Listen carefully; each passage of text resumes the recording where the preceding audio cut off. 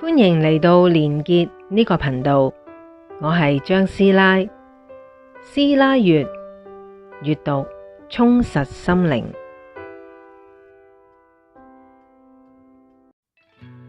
前世今生出版之後，魏斯博士做咗最壞嘅打算，準備迎接學術界排山倒海嘅質疑。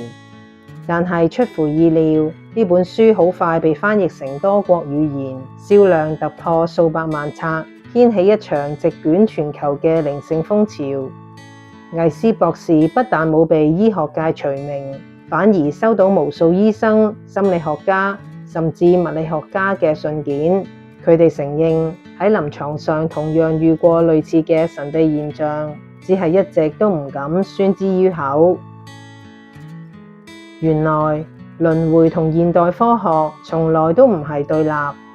現代量子力學指出，宇宙萬物本質上都係能量，而能量並唔會憑空消失，只會轉化，由一種形式轉化為另一種形式，例如光能變電能，或者動能變位能。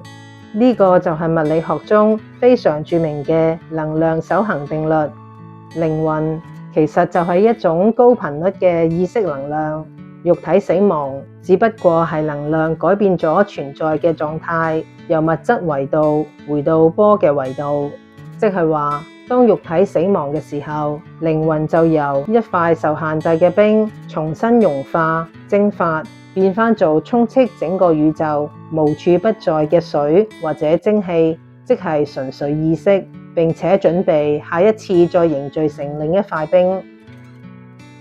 起初只係相信科學同實證嘅魏斯博士，後嚟成為咗透過催眠治療超過4000名病患嘅靈性導師。布萊恩·魏斯博士用自己嘅經歷證明咗，科學同靈性從來都唔係互相排斥，佢哋其實一同帶領我哋走向同一個宇宙。經歷過前世今生，你仲會唔會覺得眼前生活上嘅瑣碎同苦難係不可逾越嘅高山？